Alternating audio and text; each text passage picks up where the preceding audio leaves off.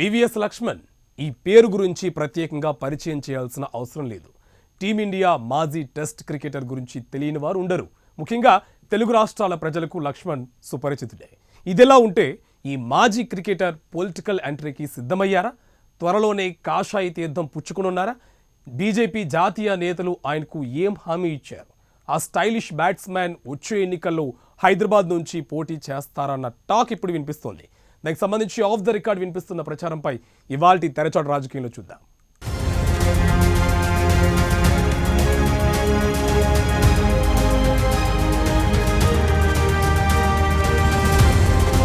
ప్రముఖ మాజీ test cricketer VVS Laxman త్వరలో భారతీయ జనతా పార్టీలో చేరనున్నట్టుగా తెలుస్తోంది.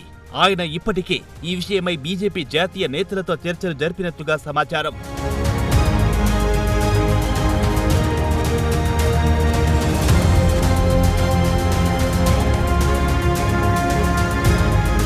వచ్చే ఎన్నికల్లో తెలంగాణలో ఎలాగైనా అధికారం దక్కించుకోవాలని లక్ష్యంగా పెట్టుకున్న బీజేపీ అంది వచ్చిన ఏ ఒక్క అవకాశాన్ని విడిచిపెట్టడం లేదు. ఈ నేపథ్యంలోనే ప్రజాబలమున్న నేతలతో పాటు ప్రముఖులు, క్రీడాకారులపైన కన్నేసింది. ఈ నేపథ్యంలోనే లక్ష్మణ్ను బీజేపీలోకి ఆహ్వానించినట్లుగా తెలుస్తోంది. అందుకు అమిత్ షా సైతం గ్రీన్ సిగ్నల్ ఇచ్చినట్టుగా పార్టీ నేతలు చెబుతున్నారు.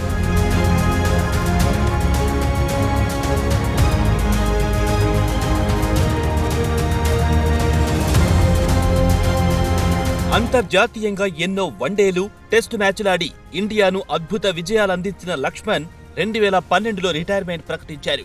ఆయన ఐపీఎల్ సన్ రైజర్స్ హైదరాబాద్ జట్టుకు మెంటార్గా వ్యవహరిస్తున్నారు. ప్రస్తుతం దుబాయ్లో జరుగుతున్న టీ20 ప్రపంచ కప్లో కామెంటేటర్గా పనిచేస్తున్నారు. వచ్చే ఎన్నికల్లో లక్ష్మణ్ హైదరాబాద్ పరిధిలో ఏదో ఒక నియోజకవర్గం నుంచి పోటీ చేస్తారని బీజేపీ నేతలు చెబుతున్నారు.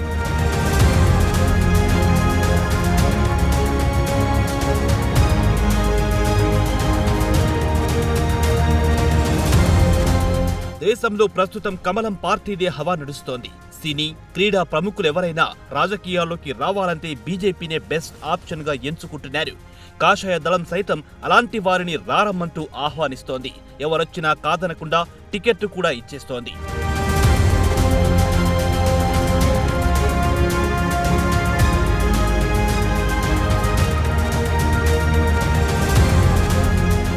ఈ క్రమంలో తాజాగా మాజీ క్రికెటర్ వివిఎస్ లక్ష్మణ్ బీజేపీలో చేరేందుకు సిద్ధమవుతున్నారంట. గతంలో గౌతమ్ గంభీర్ బీజేపీలో చేరి ఢిల్లీలో ఎంపీగా గెలిచి పార్టీలో ఫుల్ స్వింగ్ లో ఉన్నారు. గంభీర్ బాటలోనే పొలిటికల్ గా లాంగ్ ఇన్నింగ్స్ ఆడేందుకు తెలుగువాడైన వివిఎస్ లక్ష్మణ్ కాషాయ కండువా కప్పుకోబోతున్నట్లుగా తెలుస్తోంది.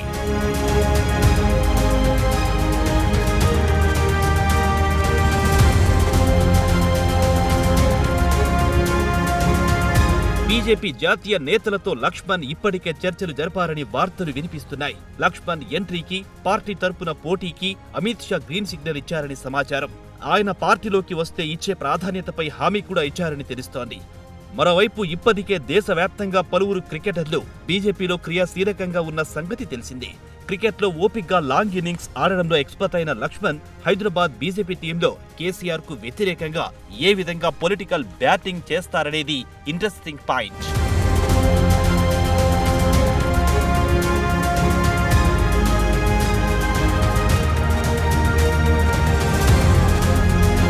తెలంగాణలో ఎలాగైనా అధికారం దక్కించుకోవాలని లక్ష్యంగా పెట్టుకున్న బీజేపీ అంది వచ్చిన ఏ ఒక్క అవకాశాన్ని విడిచిపెట్టడం లేదు. దీనిలో భాగంగా ప్రజాబలమున్న నేతలతో పాటు ప్రముఖులు, క్రీడాకారులపైన కన్నేసింది. ఇప్పుడు లక్ష్మణ్ను బీజేపీలోకి ఆహ్వానించినట్టుగా తెలుస్తోంది.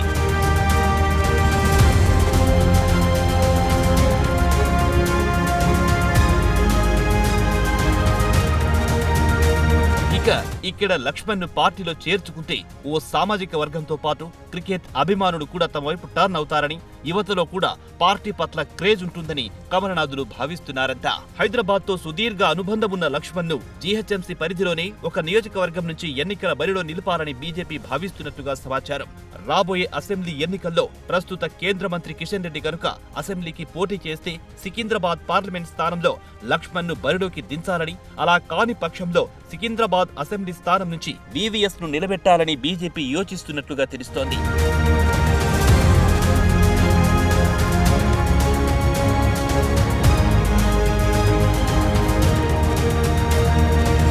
లేని పక్షంలో క్రీడాకారుల కోటాలో ఆయన్ను రాజ్యసభకు పంపే ఛాన్స్ కూడా ఉందని వార్తలు వినిపిస్తున్నాయి.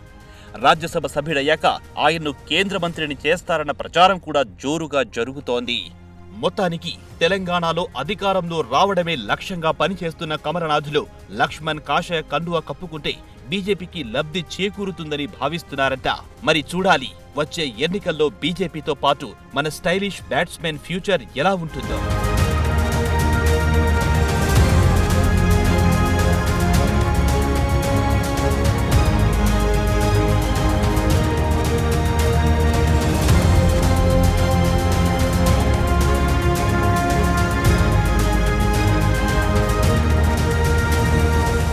తెలంగాణ గెజిటెడ్ ఉద్యోగుల సంఘం అధ్యక్షురాలు మమత బదిలీ అయ్యారు.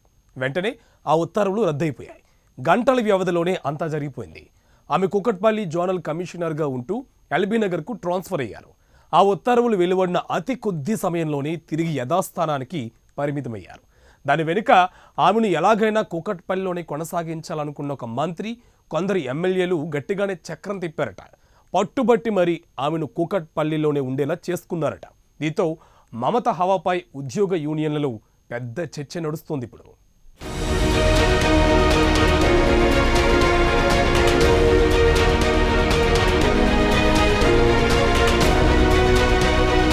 మంత్రి శ్రీనివాస్ గౌడ్ వ్యవస్థాపక అధ్యక్షుడిగా ఉన్న తెలంగాణ గెజిటెడ్ అధికారుల సంఘానికి ప్రస్తుతం అధ్యక్షురాలిగా ఉన్న వి మమత కోసం గంటల వ్యవధిలోనే జీవోలు మారిపోతూ ఉండడం చర్చనీయాంశంగా మారింది.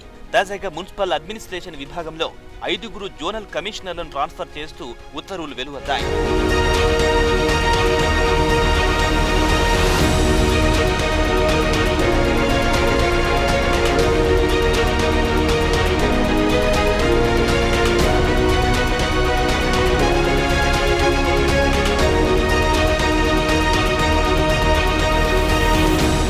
కూకట్పల్లి జోనల్ కమిషనర్ మమతను ఎల్బీనగర్ కి మార్చారు. అయితే ఆ ఉత్తర్వులు వెలువడిన గంటల వ్యవధిలోనే జీవో సవరణలు జరిగాయి. మమతను తిరిగి కూకట్పల్లికే మారుస్తున్నట్లుగా అందులో పేర్కొన్నారు. ఆమె ఎక్కడుంటే అక్కడే కొనసాగేందుకు తెర వెనుక ఓ మంత్రి చక్రం తిప్పుతున్నారంట.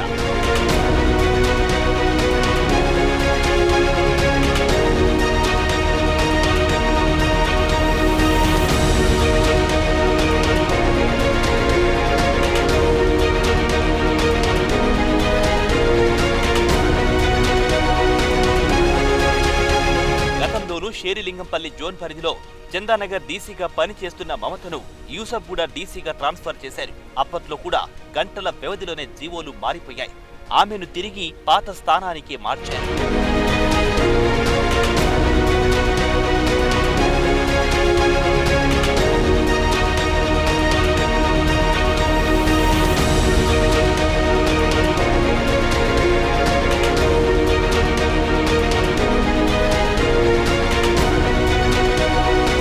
వాస్తవానికి గ్రేటర్ పరిధిలో కూకట్పల్లి జోన్ అంటే హాట్ కేక్ అని చెప్పాలి.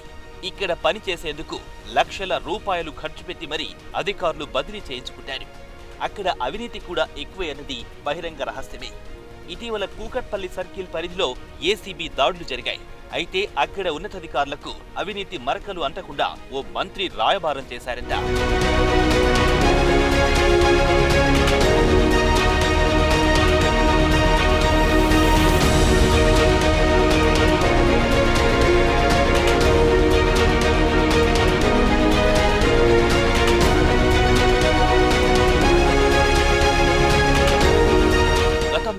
ఏసీబీ అధికారులకు ఈ జోన్పై ఫిర్యాదులు వెళ్లగా ఏసీబీ అధికారులకు సదరు ఉన్నతాధికారికి మధ్య ఆ మంత్రి అగ్రిమెంట్ కుదిర్చినట్టుగా ప్రభుత్వ వర్గాలే అంటుంటాయి. వాస్తవంగా చూస్తే మూసాపేట సర్కిల్ డీసీగా, కూకట్పల్లి జోనల్ కమిషనర్గా మమత ఎప్పటినుంచో కొనసాగుతున్నారు. కొంతమంది రాజకీయ నేతలతో విభేదాలొస్తే సదరు మంత్రి లోకల్ ఎమ్మెల్యే ఎంటర్ అయిపోయి అంతా సెట్ చేస్తారంట.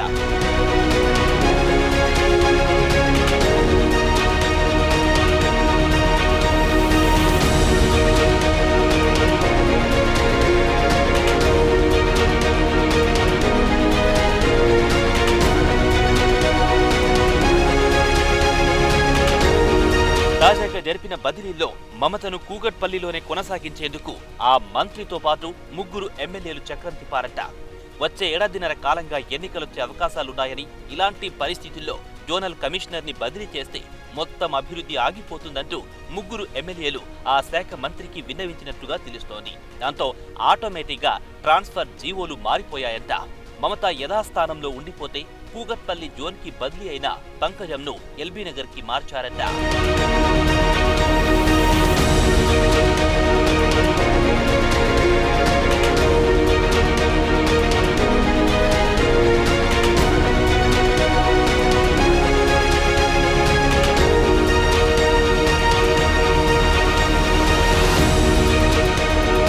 జీహెచ్ఎంసీలో రాజకీయ అండదండలుంటే చాలు ఎంతటి పోస్టింగ్ అయినా కాళ్ల దగ్గరికి వచ్చి చేరుతుందనేది ఇప్పుడున్న హాట్ టాపిక్. మమత కంటే ముందు వరుసలో 22 మంది డిప్యూటీ కమిషనర్లున్న జోనల్ కమిషనర్గా ఆమె ప్రమోషన్ కల్పించిన విషయం పెద్ద చర్చకే దారితీసింది.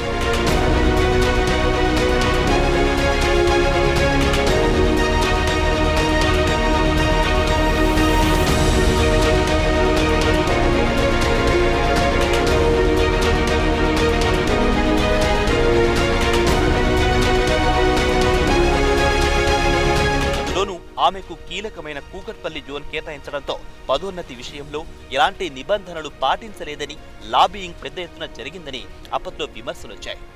మరి మంత్రి ఎమ్మెల్యేల అండదండలుంటే విషయం మామూలుగా ఉంటుందా?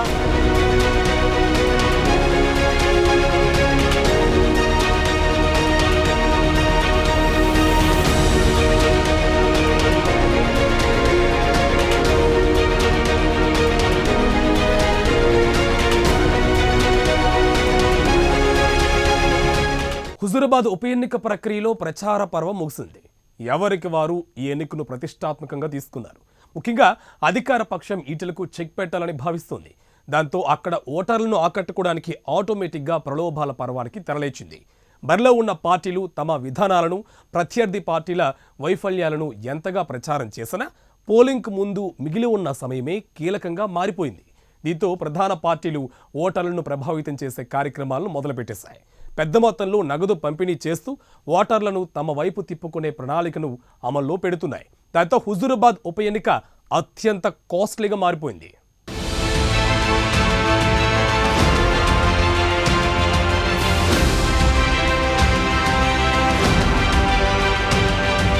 హుజూరాబాద్లో ఒక రాజకీయ పార్టీ ఒక్కో ఓటుకు 6,000 ఇస్తుండగా మరో పార్టీ 1,500 ముట్ట చెబుతోంది. 6,000 ఇస్తున్న పార్టీ ఆ మొత్తాన్ని ఓ కవర్లో పెట్టి ఇప్పటికే పంపించేసిందంట. కవర్పై ఓటరు పేరు రాసి ఇంట్లో ఎంతమంది ఓటర్లుంటే అంతమందికి 6,000 చొప్పున కవర్లు అందజేసిందంట. దీంతో కుటుంబంలో 3 ఓట్లున్న వారు 18,000, 4 ఓట్లుంటే 24,000 అందుకుంటున్నారంట.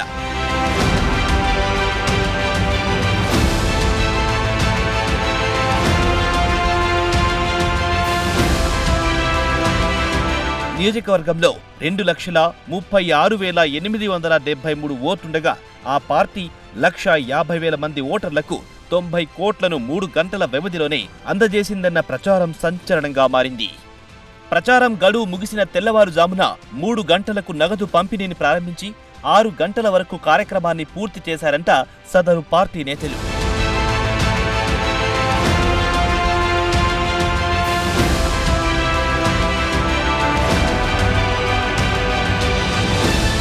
ఏకకాలంలో 5 మండలాలు, 2 మున్సిపాలిటీలలో ఈ పంపిణీ పూర్తయిందంటే ఎంత పకడ్బందీగా ప్లాన్తో వారు ఆ కార్యక్రమాన్ని పూర్తి చేశారో అర్థం చేసుకోవచ్చు.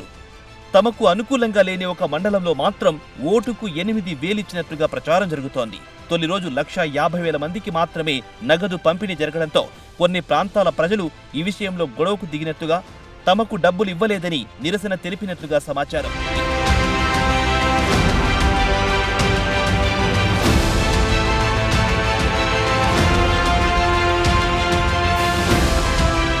ఆ పార్టీ మరో 30,000 మందికి కూడా 6,000 చొప్పున పంపిణీ చేసేందుకు ఏర్పాట్లు చేసినట్లుగా తెలుస్తోంది. ఈ విషయం తెలుసుకున్న ప్రత్యర్థి పార్టీ తొలి విడతగా 1,500 నగదు పంపిణీని ప్రారంభించినట్లుగా సమాచారం. మరో విడతగా ఓటర్కు 3,500 చొప్పున ఇవ్వనున్నట్లుగా ప్రచారం జరుగుతోంది.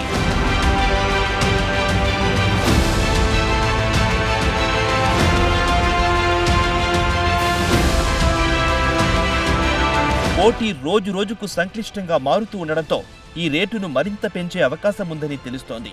మరోవైపు ఓ పార్టీ అభ్యర్థి ప్రత్యర్థి పార్టీ ఓటుకు 20,000 ఇస్తుందని వాటిని తీసుకొని తమకే ఓటు వేయాలని ప్రచారం చేయిస్తున్నారంట. ఈ విషయంలో ప్రజల్లోకి వెళ్లడంతో 6,000 అందించిన వారు ఇతరులను ఎంక్వైరీ చేయడం ప్రారంభించారంట. హుజూరాబాద్లో నగదు పంపిణీ ప్రారంభమైనట్లు టీవీ ఛానల్లో, సోషల్ మీడియాలో వీడియోలు, క్లిప్పింగ్లు వైరల్ కావడంతో భద్రతా దళాలను రంగంలోకి దించాలని అధికారులు నిర్ణయించారు.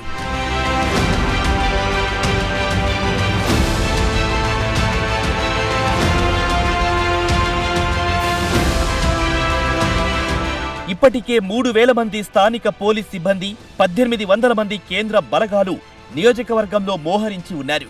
ప్రచారం ముగియడంతో స్థానికేతరులైన నాయకులందరూ హుజూరాబాద్ నియోజకవర్గాన్ని వీడారు.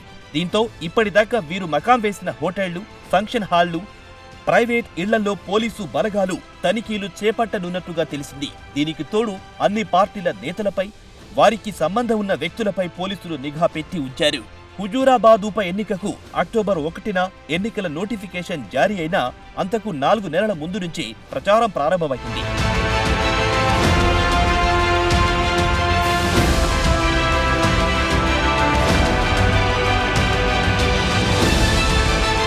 మాజీ మంత్రి ఈటల రాజేందర్ జూన్ 12న తన శాసనసభ్యత్వానికి టీఆర్ఎస్ పార్టీకి రాజీనామా చేసి 14న బీజేపీలోకి చేరిన నాటి నుంచి ప్రచారానికి శ్రీకారం చుట్టారు. ఉప ఎన్నిక ఎప్పుడొస్తుందన్నది పట్టించుకోకుండా నియోజకవర్గ ప్రజలను కలుస్తూ తనకు అండగా నిలవాలని కోరుతూ వచ్చారు. ఈ పరిణామాన్ని అధికార టీఆర్ఎస్ కూడా సీరియస్ గా తీసుకుని ట్రబుల్ షూటర్ హరీష్ రావుని రంగంలోకి దింపింది.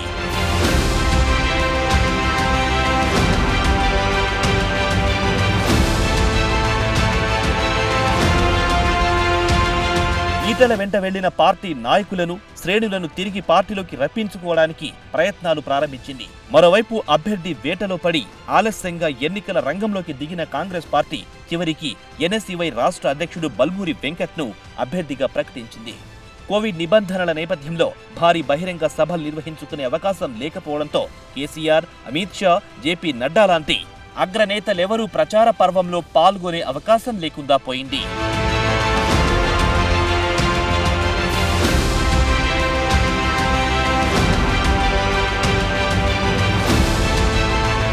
హోరాహోరీగా సాగిన ప్రచారంలో హుజూరాబాద్ ఓటర్లు ఎవరి వైపు మొగ్గు చూపుతారో తెలియని పరిస్థితి నెలకొంది. టీఆర్ఎస్ అభ్యర్థి గెల్లు శ్రీనివాస్ యాదవ్, బీజేపీ అభ్యర్థి ఈటెల రాజేందర్ హోరాహోరీ పోరులో ఫలితం తమదేనన్న ధీమాతో ఉన్నారు. కాంగ్రెస్ అభ్యర్థి బల్మూరి వెంకట్ నర్సింగ్రావు కూడా రేసులో తానే ముందున్నానంటున్నారు. పోటీలో ఉన్న మరో 27 మంది నామమాత్రపు అభ్యర్థులుగానే మారిపోయారు. వివిధ గ్రామాలు, మండలాలకు ఇన్ఛార్జీలుగా వచ్చిన వారు చివరి రోజు ఇంటింటికి తిరుగుతూ ఓటర్లకు నగదు నింపిన కవర్లను అందజేయడం గమనార్హం.